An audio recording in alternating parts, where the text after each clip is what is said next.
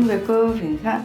안녕하세요. 안녕하세요. 위클리의 문희정입니다. 이학범입니다. 자, 오늘은 공공동물병원과 관련된 얘기를 좀 해보려고 하는데 저희 위클리벳에서도 공공동물병원과 관련된 이야기를 몇 번 한 적이 있습니다. 네. 특히 392회에서 김포 반려동물 공공진료센터가 취약계층뿐만 아니라 일반 시민들을 또 대상으로 운영한다고 밝혀서 논란이 되고 있다, 이런 언급도 해드렸는데 논란 끝에 김포 반려동물 공공진료센터 개소했습니다. 네. 그리고 일반 시민을 대상으로도 운영이 되고 있습니다.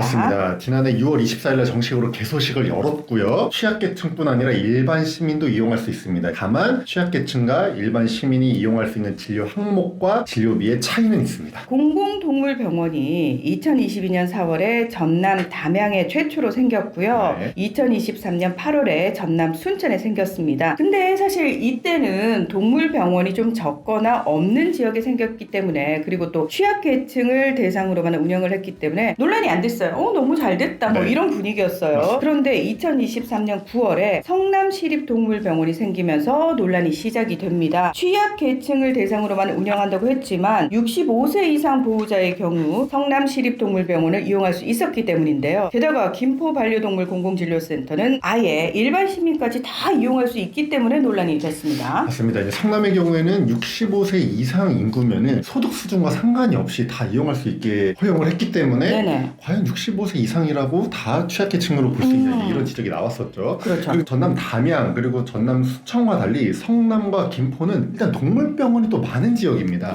현재 성남에는 117개 동물병원이 있고요. 김포에는 51개 동물병원이 있습니다. 와, 동물병원 많네요. 지역도 좀 크기도 하고요. 네. 그런데 이번에는 화성입니다. 네. 화성에도 공공동물병원이 생긴다고 하는데 여기도 또 논란이 되고 있어요. 왜냐면은 취약계층뿐만 아니라 일반 시민을 대상으로 운영하는데 중요한 거는 김포보다도 일반 시민 이용 혜택이 더 커졌다는 사실입니다. 맞습니다. 최근 경기도 화성시가 시립 반려동물 진료센터를 건립하겠다면서 조례안을 마련하고요. 의견 수렴에 나섰습니다. 네. 사실 공공동물병원 설립이 민선 8기 정명근 화성시장의 공약사항이었어요. 그래서 지난해 1월에 화성시가 공약사업으로 시립 반려동물병원을 설립하겠다 계획을 발표를 했었는데, 그때는 취약계층의 반려동물 진료와 함께 유실, 유기동물의 기본 치료를 전담한다고 밝혔었습니다. 네. 그런데 1년이 지나서 최근에 공개된 조례안을 보면은 돌연 일반 시민까지 대상 범위가 이제 넓혀졌습니다. 그러니까 김포가 지자체 최초로 일반 시민 대상으로 공공동물병원을 운영한다라고 발표하면서 관심을 받자 아마 화성시도 1년 만에 입장을 바꿔서 일반 시민까지 포함시킨 거 아니냐, 이제 이런 분석이 나옵니다. 심지어 일반 시민도 진료비, 내장형 동물 등록, 광견병 예방 접종을 무료로 받을 수 있고요. 오. 종합 백신, 엑스레이, 혈액 검사도 받을 수 있는데 이제 할인된 가격으로 이걸 받을 수가 있습니다. 네. 취약계층 말고 일반 시민도요. 세금을 들여서 운영하는 동물병원인데 취약계층이 아닌 일반 시민에게까지 세금을 또 투입해서 할인된 금액으로 서비스를 제공하는 게 맞느냐, 이런 네. 지적이 나오고 있습니다. 또 화성에도 동물병원이 지금 84개가 있습니다. 시에서 세금을 써서 할인된 가격으로 운영을 하는데 일반 동물병원에서 하는 진료들을 이렇게 같이 하게 되면은 주변에 있는 동물병원들이 피해를 볼 수밖에 없잖아요. 이런 그렇죠. 지적들이 나오고 있습니다. 그런데 논란이 이것뿐만이 아닙니다. 네. 화성시가 시립 반려동물 진료센터를 짓겠다고 발표한 위치가 지금 문제가 되고 있는데 화성에서도 중심지라고 하네요. 동탄 이신도시 동탄호수공원 바로 옆에 있는 네. 라크몽이라는 건물인데요. 주변에 또 동물병원도 되게 많아요. 맞습니다. 그 유명한 그 호수공원 바로 옆에 핵심지에다가 지금 시립 반려동물병원을 건설하겠다는 거거든요. 네. 화성시 위치가 문제가 되자 취약계층의 거주지를 분석을 해보면 네. 이 동탄 호수공원이 있는 화성시 동부와 읍면지역이 좀 많은 화성시 서남부에 취약계층 분포가 큰 차이가 없다, 뭐 이런 입장이긴 해요. 그렇지만 지역 언론에서도 해당 건물의 임대료 관리비만 매월 800만 원 이상이 나온다. 그럼 연간 임대료 관리비만 1억 원이 든다, 이렇게 하면서 비판을 하고 있습니다. 못 모르는 사람들이 들으면 와, 공공동물병원 무조건 좋다라고 네. 생각할지 모르겠지만 중요한 거는 동물병원 그냥 뚝 만들어 놓는다고 될 문제가 아니거든요. 인테리어도 해야 되고요. 의료 장비도 사야 되고요. 그렇죠. 그리고 수의사 선생님들, 동물 보건사, 그리고 인건비, 이것도 사실 무시를 못한단 말이죠. 네. 이게 근데 다 세금이에요. 맞습니다. 자, 지금 임대료 임대료와 관리비만 연간 1억 원이 든다고 하는데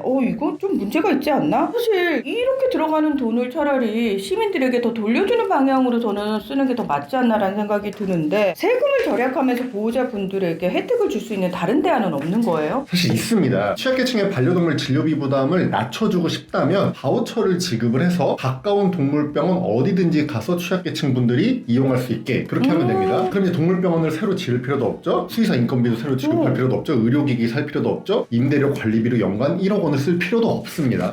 접근성이 높아지겠네요. 그럼요. 저희가 사실 반려동물 키우면서 한 달에 한 번은 꼭 동물병원에 데려가셔야 된다라고 말씀을 드리는데 그때마다 우리 집이 너무 공공동물병원하고 멀어. 사실 잘 안 가게 되거든요. 시립 반려동물 진료센터 만들고 그곳에서만 혜택을 주면서 찾아가게 하는 것보다는 지금 말씀하신 바우처 지급해서 그냥 가까운 동물병원, 늘 가시던 동물병원에 가셔라. 그리고 동물병원 입장에서도 사실 그게 훨씬 좋잖아요. 굉장히 편리한데 이걸 왜 안 하는 거예요? 사실 이미 서울은 우리 동네 동물병원이라는 이름으로 취약계층 반려동물 진료비 지원 사업을 하고 있습니다. 네. 지난해 기준으로 114개의 서울시 동물병원이 참여하고 있기 때문에 취약계층 분들은 이 114개 동물병원 중에서 어디든지 방문을 하면 진료비 혜택을 볼 수가 있습니다. 이 바우처 지원 사업이죠. 심지어 화성시도 화성시 공공형 반려동물병원이라고 하는 이름의 바우처 사업을 이미 하고 있습니다. 서울시 우리 동네 동물병원 사업과 똑같은데요. 네. 지난해 화성 지역 12개 동물병원을 지정을 해서 취약계층을 대상으로 사업을 했습니다. 그러니까 이 공공형 반려동물 사업을 확대하면은 세금도 아끼고 지역 동물병원과 상생도 하고 취약계층의 편의성도 높아질 수 있는데 왜 무리하게 핵심 지역에 이 동물병원을 굳이 만들려고 하는지 그게 논란이 되고 있습니다. 아니 임대료가 그렇게 비싼 곳에 굳이 삐까뻔쩍하게 공공동물병원이라는 걸 지어놓고 세금을 낭비할 이유가 뭐가 있을까? 사실 정책이라는 게 그 정책의 혜택을 보는 사람들을 위한 거잖아요. 그러면 이미 너무 좋은 바우처 제도를 활용을 하고 있다고 하는데 이걸 조금 더 확대를 하면 좋지 않을까? 그러면 동물병원, 수의사 선생님들도 함께 상생하는 방안이 아닐까 싶은데 물론 저희가 말씀드린 내용이 확정이 된 건 아니라고 그래요. 의견 수렴 중이라고 하니까 특히 이 방송을 보시는 화성시 주민 여러분이 이거 관련해가지고 좀 의견을 적극적으로 많이 내주시면 좋을 것 같다라는 생각이 듭니다. 제발 정책이요 실용성이 있었으면 좋겠어요. 맞습니다. 자 오늘 위클리 벳은 여기서 마무리하겠습니다. 함께해 주셔서 고맙습니다. 감사합니다.